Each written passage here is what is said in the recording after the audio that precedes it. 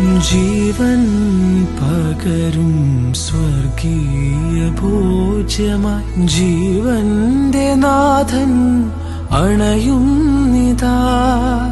ഹൃദയത്തിൽ വാഴുവാൻ കാരുണ്യരൂപൻ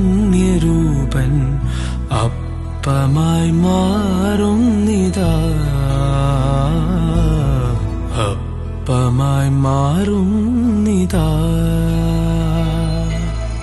ജീവൻ പകരും സ്വർഗീയ ഭോജ്യമായി ജീവന്റെ നാഥൻ അണയുന്നിതാ.